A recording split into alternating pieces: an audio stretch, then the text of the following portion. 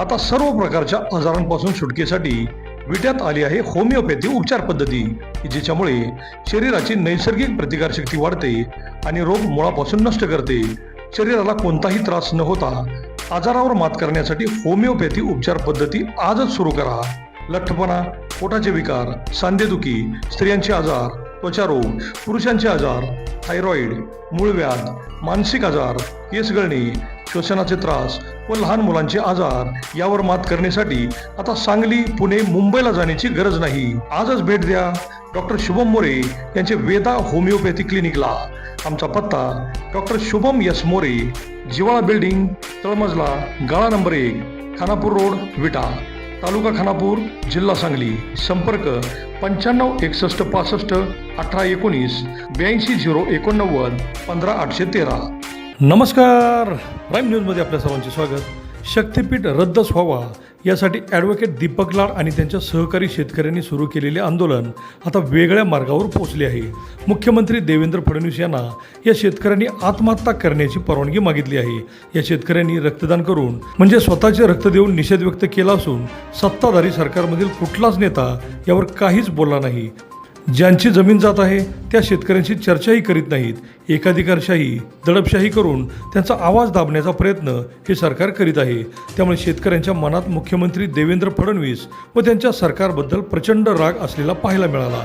Advocate Deepak लाड यांनी नागेवाडी, नेवरी, पलूस, ईश्वरपूर भागात या आंदोलनाची धार प्रचंड तीव्र केली असून सत्ताधारी सरकारमधील एकही आमदार, नेता यावर काहीच बोलत नाही, त्यांचे म्हणणे ऐकून घेत नाही. त्यामुळे सरकारकडे या शेतकऱ्यांनी आत्महत्या करण्याची परवानगी मागितली आहे. आता रक्त देतोय पण प्रसंगी रक्त सांडायचीही तयारी ठेवली असून शक्तीपीठ रद्द करा व आमचा संसार वाचवा असा इशारा या शेतकऱ्यांनी दिला आहे. 1100 एकर जमीन या भागातील जात आहे, त्यामुळे अनेक जण कायमचे बर्बाद होणार आहेत. तेव्हा पाहूयात काय म्हणाले ते. नमस्कार, मी ॲडव्होकेट दीपक लाड, पलूस, कडेगाव आणि खानापूर तालुका. शक्तीपीठ महामार्ग झाला नाही पाहिजे याविरोधी संघर्ष समितीचा निमंत्रक. खऱ्या अर्थानं आज नेवरी तालुका कडेगाव या ठिकाणी शेतकरी आपलं रक्त द्यायला तयार झाला आहे. कशासाठी? तर शेतकऱ्यांच्या जमिनी वाचवण्यासाठी. आज आम्ही खून लो लेकिन खेती मत लो असा नारा देतोय. अरे, आम्ही ज्या भूमीत रक्त सांडलं त्याच ठिकाणी आम्हाला आमच्या जमिनी वाचवण्यासाठी स्वातंत्र्याचा दुसरा लढा उभा करावा लागतोय. ही शेतकऱ्यांची गर्दी बघा. या ठिकाणी सकाळपासून रक्तदान करायला जागा कमी पडायला लागलेली आहे.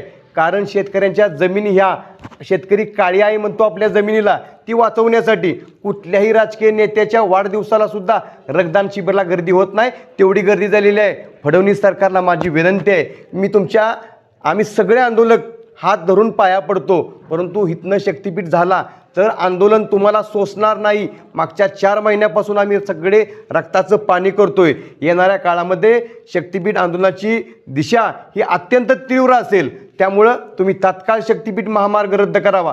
जोपर्यंत तुम्ही शक्तीपीठ रद्द करत नाही तोपर्यंत आम्ही आंदोलन ह्या ठिकाणी आमचं शांत बसून देणार नाही. नेवरीतून आज जो काही एल्गार पुकारलाय तो महाराष्ट्रातल्या गावागावात जाईल आणि आज खून लो लेकिन खेती मत लो असा नारा दिलाय. भविष्यामध्ये आम्ही आमचं रक्तसुद्धा सांडायला तयार आहे, परंतु इथल्या मातीवरून, इथल्या शेतीवरून शक्तीपीठ नाही गेला पाहिजे. इथं छत्रपती शिवरायांनी सोन्याचा नांगर चालवला, तिथंच तुम्ही जर गाढवाचा नांगर चालवून आमची दिशाभूल करत असला तर सरकार कोणतंही असून दे, मग ते शेतकऱ्यांच्यापेक्षा मोठं नाही असा नारा सगळ्या शेतकऱ्यांनी दिलाय. आणि सकाळी 8 वाजल्यापासून शेकडो शेतकरी या ठिकाणी रक्तदान करतात. त्यांचं मनापासून स्वागत करतो. धन्यवाद. नागेवाडीतून आलेलो 25-30 शेतकरी शक्तीपीठ विरोधासाठी रक्तदान सुद्धा द्यायला करायला तयार आहे, रक्त सुद्धा द्यायला तयार आहे आम्ही. आणि सर्व टीम आमची आहे ती रक्तदान करून याचा निषेध करणार आहे ती.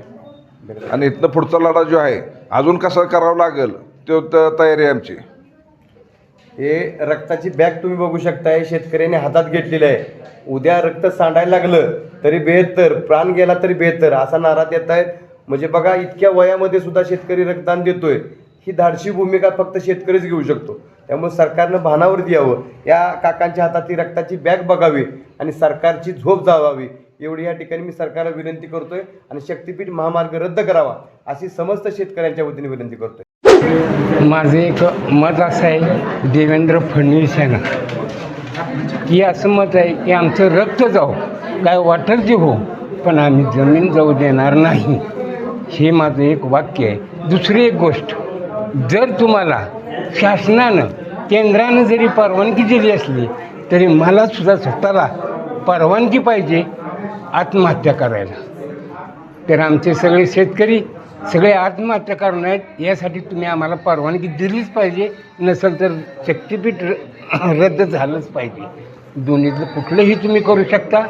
आणि माझी जिद्दी आहे का तर आहे, आणि माझ्या शेतकरी बांधवांची पण आहे की आम्ही आत्महत्या करणार, त्याला जिम्मेदार देवेंद्र फडणवीस राहणार. नमस्कार, मी विद्याधर महाडिक. माझे एक मत असं आहे की शासन कायमच आमच्यावर मेहरबान आहे. नेवरे गावावर याच्या आधी आमच्यात पुनर्वसनासाठी जमीन गेली, टेंबू योजनेसाठी गेली, ताकार योजनेसाठी गेली, आत्ता आणखीन शक्तीपीठसाठी जात्या. आणि जंक्शन असल्यामुळे इथं आमच्या इथं जवळजवळ 850 एकर जमीन जात्या. त्यामुळे आम्ही रक्तदान करतोय, रक्त देतोय, पण जमीन देणार नाही, आमचा ठाम निर्णय आहे. नमस्कार, मी नेवरी गावची एक सरपंच महिला आहे. पण माझं एवढं सांगणं आहे की शासनाला एवढी जनतेची तुम्ही मागा, गरीब शेतकऱ्यांची रक्त सांडून देऊ नका. आणि ह्यामुळे नाही कोणाचं BP शुगर बरेच शेतकरी आजारी पडलेले आहेत. तुम्ही हे मनावर घ्यावं आणि शक्तीपीठ रद्द करावा, एवढीच माझी शासनाला नम्र विनंती आहे.